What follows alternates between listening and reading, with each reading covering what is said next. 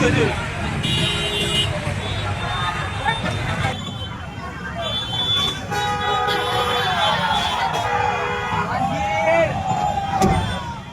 kelaparan, akses terputus, dan bantuan tak kunjung tiba, Sibolga dan Tapanuli Tengah berubah menjadi potret keputusasaan yang memecahkan hati.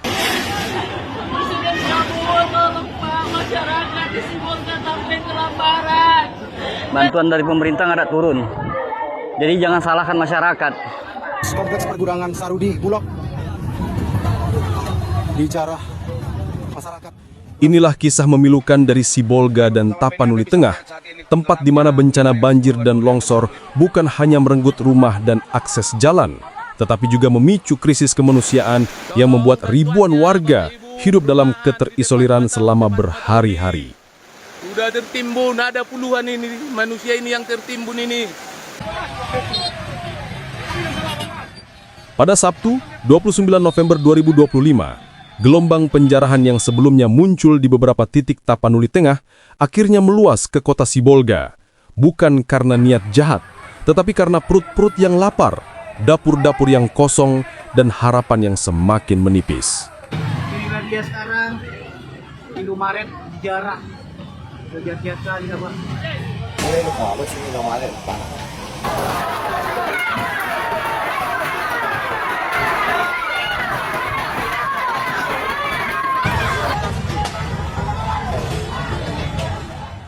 Gerai Alfamart, Indomaret, Alfamidi, hingga Eido Swalayan menjadi sasaran warga yang panik. Pintu toko dibobor, rak-rak kosong, suara langkah kaki dan teriakan saling bercampur. Dalam video amatir yang beredar luas, warga terlihat berbondong-bondong mengambil mie instan, air mineral, beras, minyak, hingga telur. Barang-barang paling dasar untuk bertahan hidup. Suasana kacau, tetapi satu hal yang jelas, mereka bukan pencuri. Mereka adalah orang-orang yang kelaparan. Bahan sembako kami sudah habis, tutur Syakila, warga Pandan dengan suara gemetar. Bantuan belum rata, antre panjang belum tentu dapat, semua harga naik, uang habis, tempat ambil uang pun tidak ada.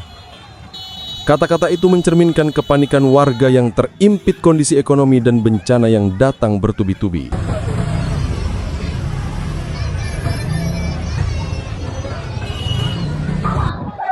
Ini kondisi terbaru ya, Alfamart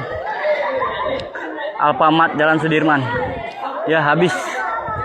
Nggak tahu siapa yang harus disalahkan kalau kayak gini. Bantuan nggak ada turun, masyarakat butuh makan. Ya jadi kayak gini.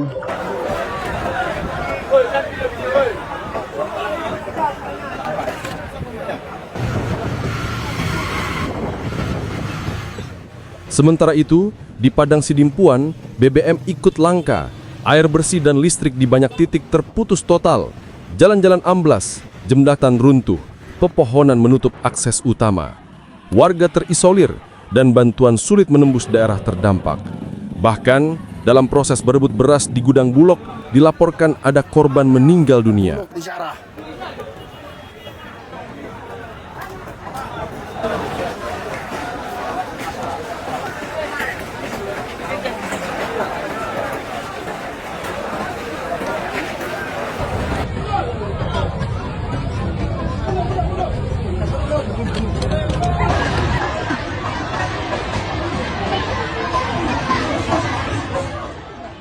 Namun di tengah kekacauan, muncul tindakan menyentuh hati. Seorang owner Eido Swalayan saat tokonya dijarah justru berkata dengan tenang, "Silakan ambil, tapi jangan rusak fasilitas." Sikapnya membuat banyak orang meneteskan air mata. Di saat dia seharusnya marah, ia memilih memahami keadaan. Pegawai minimarket lainnya bahkan hanya bisa menangis sembari meminta warga tidak merusak etalase.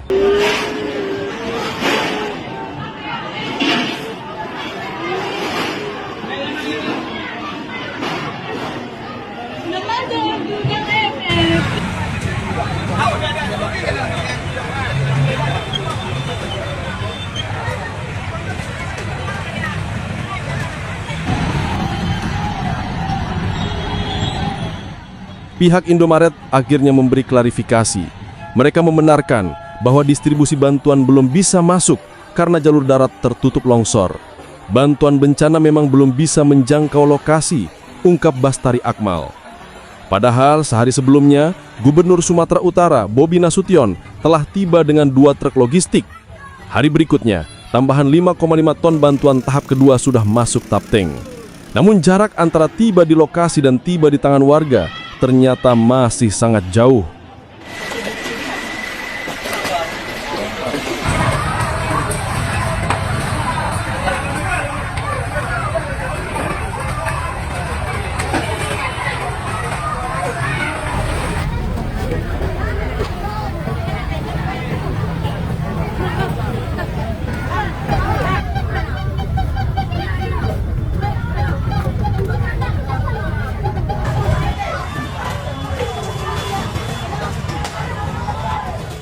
Di beberapa wilayah seperti Tuka, Hajoran, Sarudik, dan Pandan, situasi semakin memanas. Gudang Bulog pun ikut dijarah. Bahkan muncul laporan bahwa di kota Sibolga, warga mulai menjarah konter HP karena putus asa dan tidak ada informasi kapan bantuan benar-benar sampai di rumah mereka. Warga berharap pembagian sembako dilakukan secara adil tanpa memprioritaskan keluarga tertentu. Harusnya jangan pandang bulu, kami antre pun pesimis bakal dapat, ucap Sakila.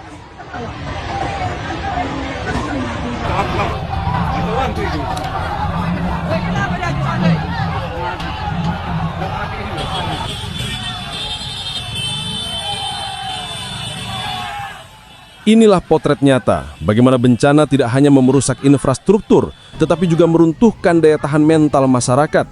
Ketika bantuan lambat, harga melambung, layanan dasar terputus, dan akses ditutup oleh material longsor, maka penjarahan bukan lagi soal kriminalitas, melainkan jeritan hidup yang tidak terdengar. Dan sampai video ini dibuat, ribuan warga masih menanti, berharap bantuan benar-benar tiba di tangan mereka, bukan sekedar berhenti di pintu masuk wilayah bencana. Semoga distribusi segera merata dan saudara-saudara kita di Sibolga dan Tapanuli Tengah bisa kembali bernapas lega. Kepada pemilik Alfamart, sebelumnya saya minta maaf karena saya juga salah satu yang menjarah toko Alfamart tersebut. Saya sebenarnya tidak ada niat untuk berbuat itu, cuman karena keterbatasan makanan yang kami miliki, kami juga terjebak banjir, tidak ada uang untuk membeli, tidak ada bantuan sama sekali. Akhirnya saya ikut mengambil juga. Tadi saya mengambil mie sedap ada 3, saya dapat sisa-sisa, ada juga mie air mineral.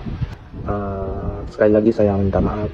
Insya Allah jika nanti hari telah membaik, saya pun sudah kembali lagi melakukan aktivitas, saya pasti kembali ke toko Alfamart tersebut. Saya akan membayar semuanya. Tadi saya ambil ini 3, sudah saya masak untuk anak saya. Sekali lagi saya memohon maaf atas kehilapan saya.